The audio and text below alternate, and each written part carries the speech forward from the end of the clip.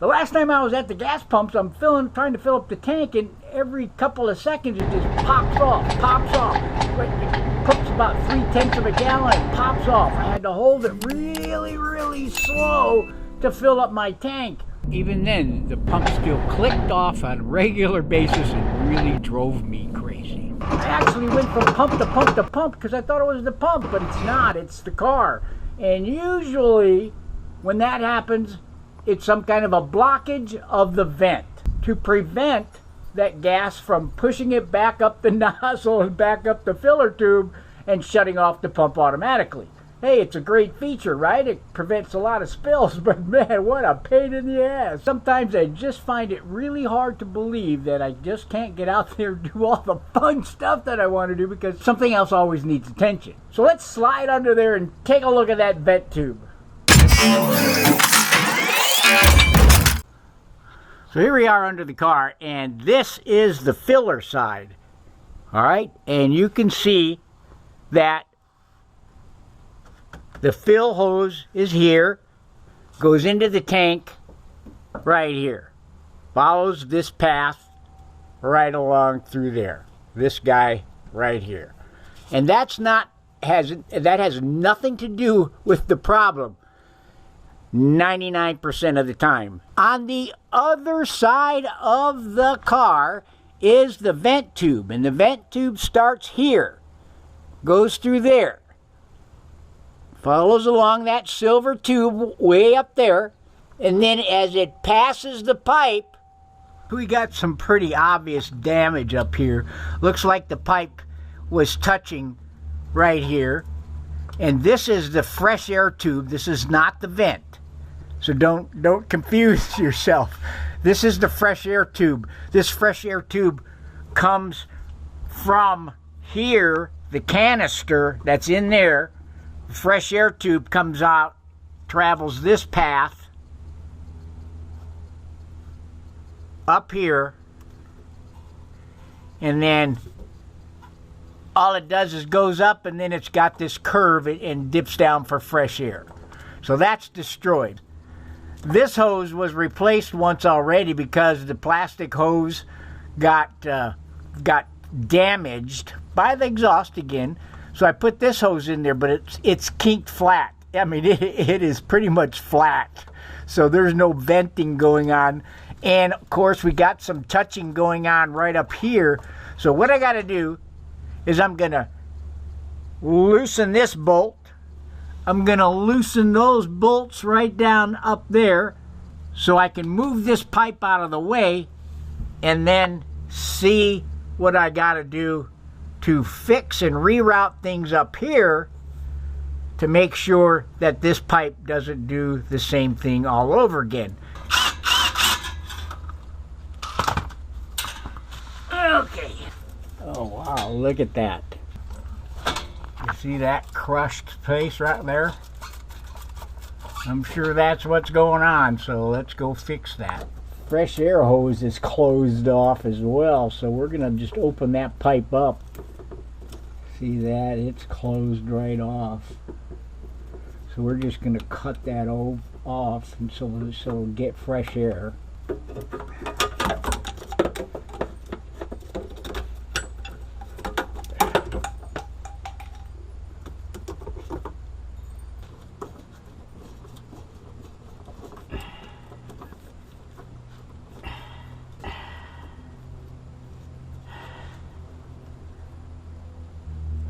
Alright, so got that hose off. Now I got to get that connection up there off. This hose is just falling apart. I'm not quite sure exactly how I want to fix this. It used to have a plastic hose like this was up there. Maybe if I buy enough PCV pipe to and curved joints, I can assemble something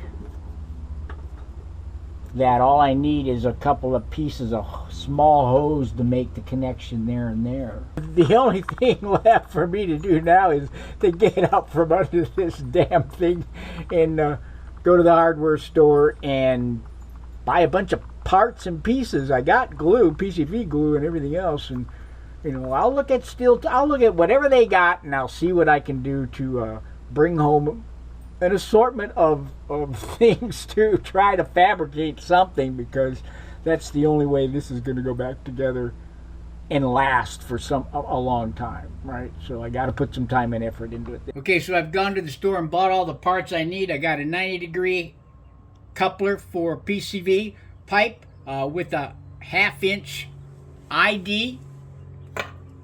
Got 3, make that 4 3/4-inch clamps, and a piece of almost PCV, but not quite. It's sold right next to the PCV pipe. A little more flexible and easier to use, and I'll get back to that in a moment. I also bought some hose from Lowe's with a 1/2-inch ID, and we're going to use that to connect what I'm going to build to the existing tubing on the car. So I've already done a lot of measuring, and I know how long these pieces are going to be. So I'm going to use my cutter to cut the pieces as straight as I can possibly get it, clean the edges off, and I'm going to use this glue to glue them into the elbow.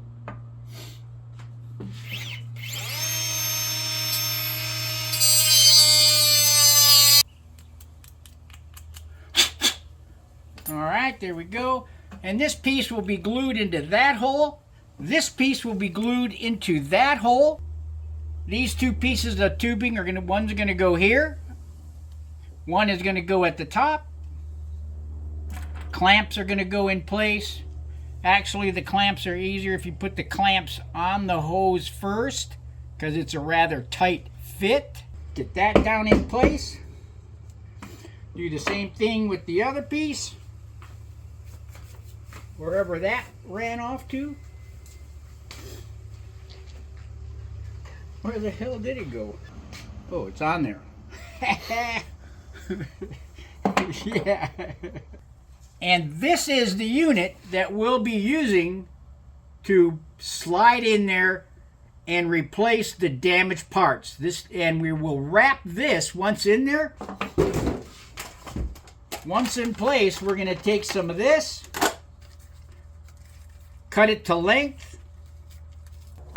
Once in place, we'll be wrapping it with that, and actually after it's connected underneath the car, this is what it's going to look like. It'll protect the tubing from the heat of the exhaust, but we're going to make sure that the exhaust gets far enough away from this so we don't have that same problem happen again. This is how we're going together right now. Now I'm going to stop you right there, because I'm going to tell you a little story before we finish this installation process. The rest of this whole video is going to show you the installation of this unit right here. But that lasted about 3 days, and I started throwing a code, and that code was, hey, you got a small vapor leak somewhere. So I'd clear that code and said, oh, that must be something old. Came right back, cleared it and came right back, cleared it and came right back. So I decided, oh Christ, what did I do wrong down there? So I got down there and took it all apart, pulled this down, and the glue just didn't set. I didn't get it in there and set right. So this may not be the type of glue you want to use. You better get out the PCV glue, which I have. I just didn't use the right glue. So that problem right there was the small leak. Let me show you what I built to go, instead of doing this again and gluing that just to take precautions. I did this. I got out my trusty tube bending springs, and I don't know if you've ever seen these before. This is old school tube bending stuff. Took the tube,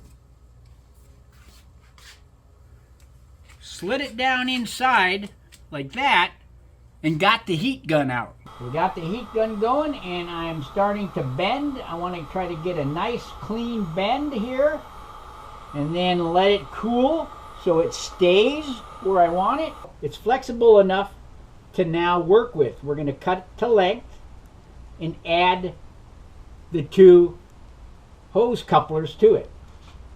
And here's the two hose pieces we're going to use.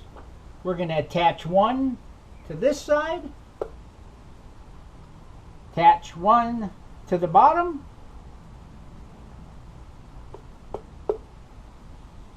and we are going to install this the way it's running on the car today.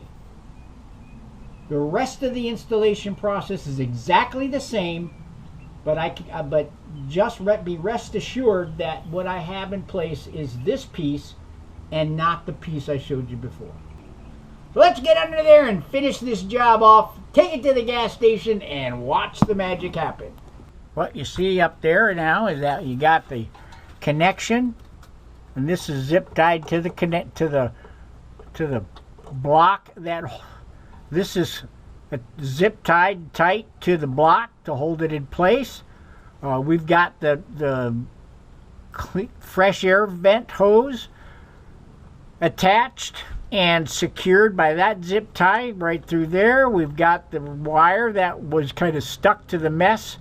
I've got that zip tied to the fresh air hose to hold it up and out of the way. We've got some heat sink applied to this particular connection again, and we're all set. All we got to do is position the pipe, and my goal is when we get that pipe positioned, when we get it tight down there, it will be about like that with a nice acceptable gap between the pipe and that hose. All right, now that we got everything tight, got at least a finger width gap up there between the pipe and the exhaust pipe and the vent hose. So we're going to go to the gas station right now and see if I can get that 5 gallons, 6 gallons, whatever it's going to take to fill the tank without clicking off 1,000 times. What a frustrating experience that is.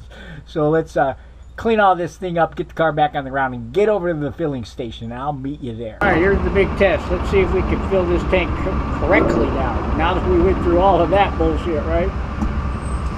Here we go.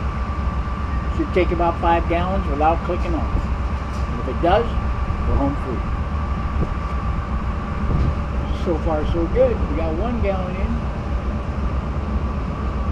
We got 2 gallons in. Looks like we did solve the problem. Looks like we did. We solved the problem. It's about time. Hey, so let's look at another. YouTube's got one picked out for you. If you check out that video right down there, and I'll see you in that video in just a moment. And thanks for watching.